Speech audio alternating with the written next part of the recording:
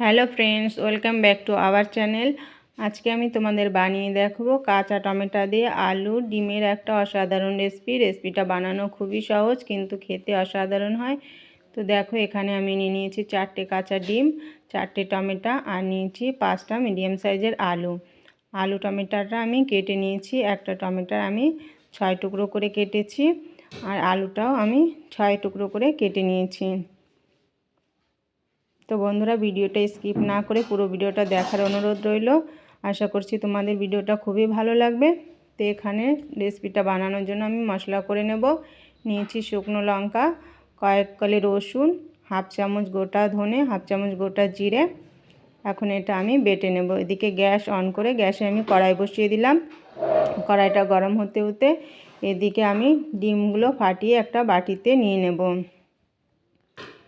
তো এক এক করে ডিমগুলো আমি ফাটিয়ে বাটিতে নিয়ে নিচ্ছি। এখন ডিমের মধ্যে আমি সামান্য হলুদ আর লবণ দিয়ে ডিমটা আমি ভালো করে ফেটিয়ে নেব। একবার বন্ধুরা এভাবে ডিম দিয়ে টমেটোর রেসিপি বানিয়ে খেয়ে দেখবেন, খুবই ভালো লাগে খেতে। তো ডিমটা আমার ফেটানো হয়ে গেছে, এদিকে কড়াইটাও গরম হয়ে গেছে। এখন আমি কড়াইতে দিয়ে দিলাম সর্ষের তেল।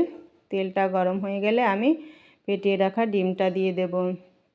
ডিমটা আমি ভালোভাবে ভেজে নেব। তো ডিমটা আমি ছোট ছোট টুকরো করে কেটে নেব।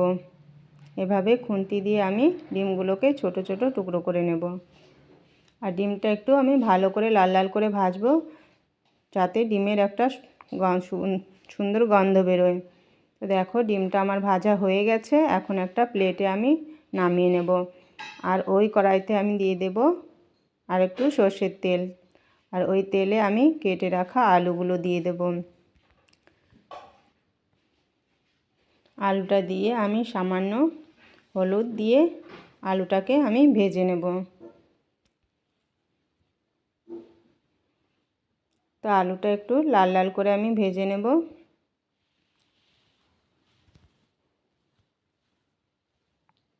তো দেখো, আলুটা আমি নাড়িয়ে চাড়িয়ে ভেজে নিয়েছি। আলুটার কালারও চেঞ্জ হয়ে গেছে। এখন আমি আলুটাকে নামিয়ে নিচ্ছি। আর ওই তেলে আমি দিয়ে দেব কেটে রাখা টমেটোগুলো। টমেটোটাও আমি একটু হালকা করে ভেজে নেব। টমেটোতে সামান্য হলুদ গুঁড়ো দিয়ে দিলাম, দিয়ে টমেটোটাও আমি একটু ভেজে নিচ্ছি। বন্ধুরা, এই রেসিপিটা আপনারা বানিয়ে গরম গরম ভাতের সঙ্গে খেয়ে দেখবেন, খুবই ভালো লাগে খেতে। তো টমেটোটাও আমার ভাজা হয়ে গেছে, এখন আমি তুলে নিচ্ছি। আর ওই কড়াইতে আমি দিয়ে দিলাম আর একটু পরিমাণে তেল। আর তেলটা গরম হয়ে গেলে আমি দিয়ে দিলাম ফোড়নে পাঁচফোড়নটা ভালোভাবে ফুটে গেলে আমি কেটে রাখা একটা পেঁয়াজ দিয়ে দেব। পেঁয়াজটা একটু নাড়িয়ে চাড়িয়ে আমি চিড়ে রাখা কয়েকটা কাঁচা লঙ্কা দিয়ে দেব। কাঁচা লঙ্কাটা দিয়ে পেঁয়াজ আর কাঁচা লঙ্কাটা আমি ভালোভাবে ভেজে নেব। তো দেখো, পেঁয়াজ কাঁচা লঙ্কাটা আমার ভাজা হয়ে গেছে। এখন বেটে রাখা মশলাটা দিয়ে দেব। মশলাটা দিয়ে পেঁয়াজ আর লঙ্কার সঙ্গে আমি ভালোভাবে মিশিয়ে নেব। এখন মশলার বাটিটা ধুয়ে একটু জল দিয়ে দিলাম। আর এখন দিয়ে দেব হলুদ গুঁড়ো, স্বাদ মতো লবণ আর হলুদটা দিয়ে আমি মশলার সঙ্গে ভালোভাবে মিশিয়ে মশলাটাকে ভালো করে কষিয়ে নেব। তো দেখো, মশলাটা কষানো হয়ে গেছে।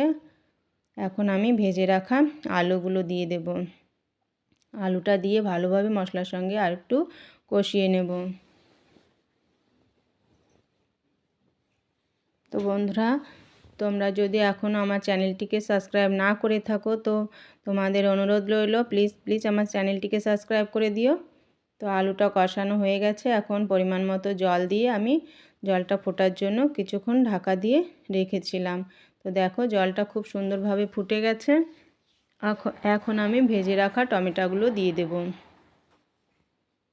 তো টমেটোটা দিয়ে জলের সঙ্গে ভালোভাবে মিশিয়ে আবারও আমি কিছুক্ষণের জন্য ঢাকা দিয়ে রান্নাটা করব। তো দেখো, কিছুক্ষণ পরে ফিরে এলাম। আলুটাও খুব সুন্দর ভালোভাবে গলে এসছে। এই অবস্থায় আমি ভেজে রাখা ডিমগুলো দিয়ে দেব। ডিমটা দিয়ে ভালোভাবে গ্রেভির সঙ্গে আমি নাড়িয়ে চাড়িয়ে নেব, যাতে ডিমের ফ্লেভারটা গ্রেভির সঙ্গে খুব ভালোভাবে মিশে যায়।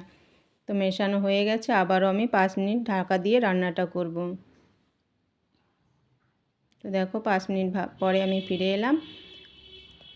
তো একটু নাড়িয়ে চাড়িয়ে আমি আবারও কিছুক্ষণ এভাবে রান্নাটা করে নেব।